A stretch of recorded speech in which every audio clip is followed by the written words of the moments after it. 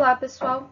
No vídeo de hoje, nós vamos estudar quais são os tipos de condições de contorno que nós podemos aplicar para resolver os problemas de condução de calor, né? Trabalhando com a equação da conservação, considerando apenas a condução de calor. Pessoal, então vamos avaliar a nossa equação da condução de calor. Então, ela é composta por derivadas parciais. Se a gente observar com relação ao tempo, essa equação ela é de primeira ordem e com relação ao espaço, ela é de segunda ordem, as suas derivadas parciais, certo?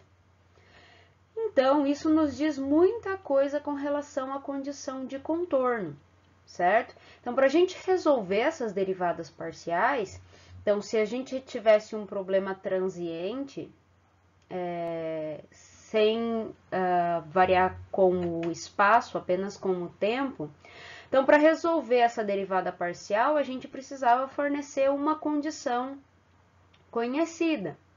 Agora, se for só unidirecional em estado estacionário, a gente vai ter uma derivada parcial de segunda ordem. Então, a gente vai precisar de duas condições para resolver esta derivada parcial de segunda ordem. Então, esta avaliação da equação da condução de calor nos fornece informações sobre quantas condições de contorno nós temos que oferecer para resolver as nossas derivadas parciais. Pessoal, a condição de contorno ela é definida como as condições físicas existentes na fronteira do volume de controle. Então, por exemplo, se eu tenho um cubo, meu volume de controle é um cubo. Vamos considerar que eu tenho um fluxo unidirecional na direção x, certo? Então, eu vou ter um fluxo aqui na direção crescente de x, certo? E ele é unidirecional. Se nós observarmos, cruzando o eixo x aqui, nós temos essa fronteira e, portanto, esta área aqui da frente, e nós temos a fronteira lá de trás, aquela área lá atrás, certo? Então, uma condição de contorno é eu dizer qual é a temperatura, ou qual é o fluxo, ou como calcular essas variáveis nessas fronteiras que delimitam a minha posição, certo? Então, para x, eu vou ter aqui duas fronteiras. A mesma coisa se o fluxo fosse unidirecional em z. Eu também teria aqui duas fronteiras, né? Então, se eu tivesse um fluxo aqui unidirecional em z. Então, eu teria essa fronteira de cima aqui do cubo e teria essa fronteira aqui de baixo do cubo, certo? Então, também teria que fornecer duas condições, porque eu tenho duas fronteiras na direção z. E assim por diante. E com relação ao tempo, né? Como que isso acontece?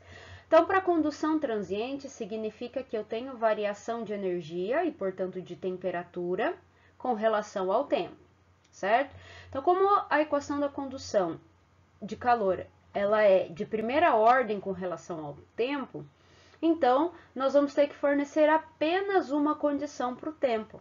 Essa condição é chamada de condição inicial, certo? De temperatura, que nada mais é dizer no início do processo de transferência qual é a minha temperatura. Então, no tempo zero, então tá aqui, no meu tempo zero, para qualquer posição, eu sei qual é a minha temperatura, certo? A minha temperatura é 10 graus Celsius, por exemplo. Eu conheço a minha temperatura. Então, eu tenho que dar uma condição inicial de temperatura quando eu tiver uma condução transiente. Eu tenho que conhecer, antes de iniciar o processo de transferência de calor, qual é a temperatura.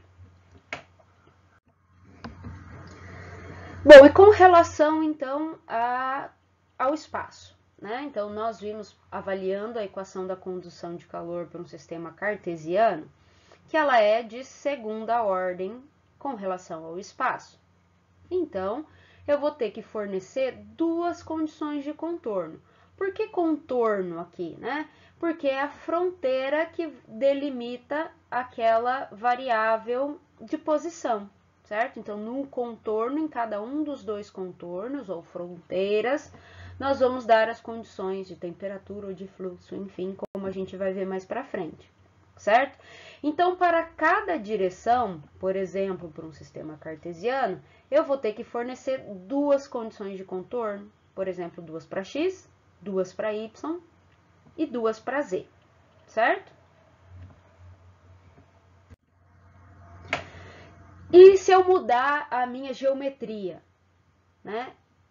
Isso muda de alguma forma? Então, por exemplo, quantas condições de contorno iniciais devem ser oferecidas para resolver um problema de condução transiente, tridimensional, geometria cilíndrica? Então, se ela é transiente, eu vou ter uma derivada parcial de primeira ordem com relação ao tempo. Então, eu vou ter que oferecer uma condição inicial para o tempo. Se ela é tridimensional, então o meu fluxo é tridimensional com geometria cilíndrica. Então, eu vou ter fluxo nas três direções do cilindro. Então, eu vou ter que ofertar duas condições de contorno para a direção radial, duas condições de contorno para a direção φ e duas condições de contorno para a direção z, certo? Então, as direções de uma geometria cilíndrica. Então, vamos aos tipos de condições de contorno. Então, agora com relação à posição. A primeira condição, tipo de condição de contorno, é o que a gente chama de primeira espécie. Ela é a mais simples que a gente pode utilizar, é quando eu conheço qual é a temperatura em uma determinada superfície em qualquer tempo, certo?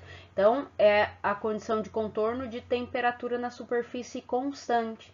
Então, para qualquer tempo, ela vai ter o mesmo valor. Então, se a gente olhar esta figurinha aqui, por exemplo, na superfície aqui x igual a 0, a temperatura é Ts. Eu conheço, é uma temperatura da superfície, certo? E ela vai variando conforme eu vou crescendo aqui em x. Então, eu posso dizer que na posição x igual a 0, a minha temperatura em x igual a 0 para qualquer tempo vai ser a temperatura da superfície. Outro tipo de condição de contorno, que é a de segunda espécie, é quando, ao invés de conhecer a temperatura, eu conheço qual é o fluxo naquela superfície, que também nos permite resolver o problema da equação da condução. Então, isso pode acontecer de duas formas. Eu posso ter o fluxo térmico finito, ou seja, conhecido numa determinada superfície. Então, se eu olhar a minha superfície aqui em x igual a 0, então aqui eu não conheço qual é a minha temperatura nessa superfície, mas eu sei que essa superfície está recebendo um fluxo S, que é esse QS aqui. Então, esse fluxo, ele pode ser, se aqui for uma parede, né? Ele vai ser um fluxo condutivo, né? Por isso que está aqui a lei de Fourier. Então, menos K dt dx. Então, em x igual a 0, é uma condição de contorno nessa superfície, vai ter o valor de QS, certo? Então, ao invés de conhecer a temperatura, eu conheço o fluxo, certo? Outra coisa que pode acontecer também, pessoal, é o fluxo nessa superfície ser zero. Ele não ser um valor finito, mas ele ser zero. Quando isso acontece?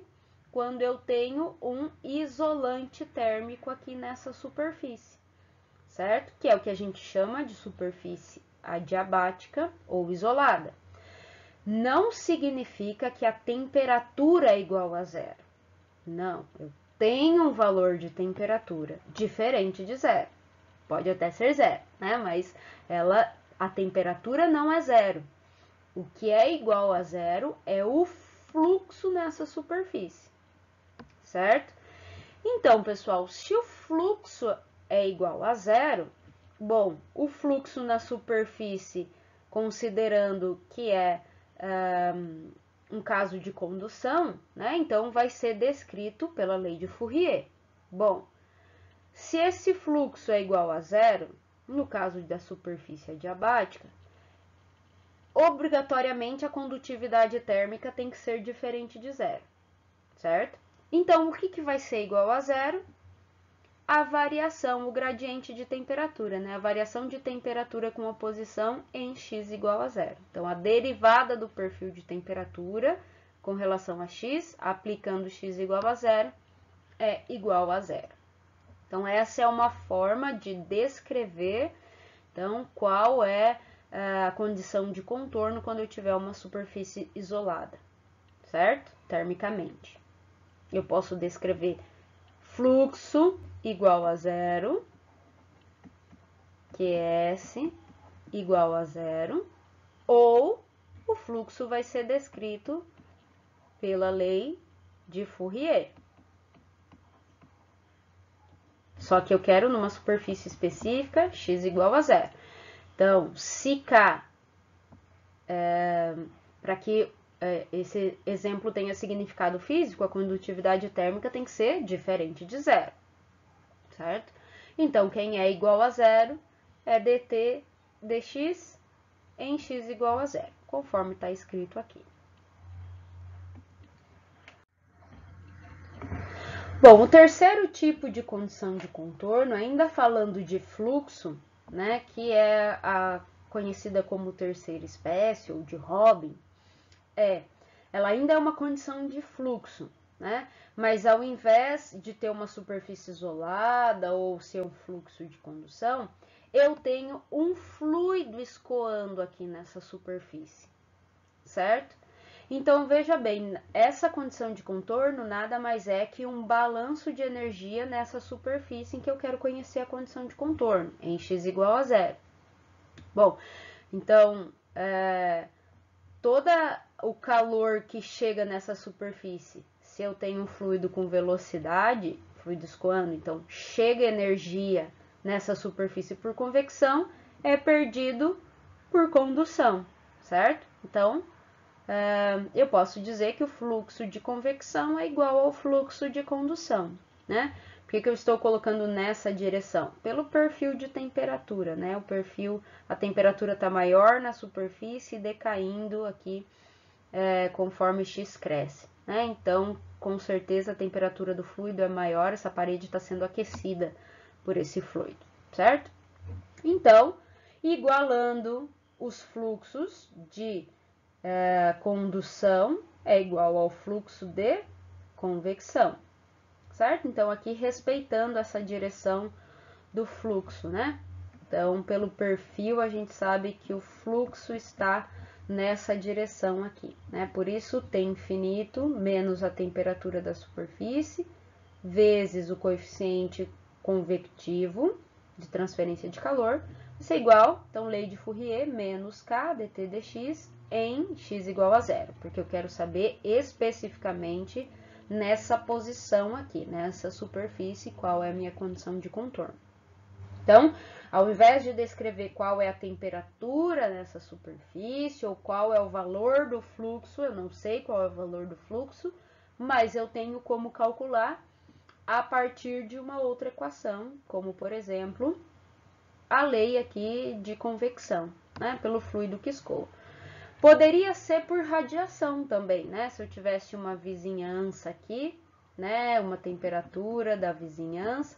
Então, e não tivesse o fluido escoando aqui, por exemplo, Então, o fluxo de condução ia ser igual ao fluxo de radiação, porque nada mais é, nós estamos fazendo um balanço de energia aqui nessa superfície, certo? Então, vai depender das condições aqui que irão acontecer nesta superfície.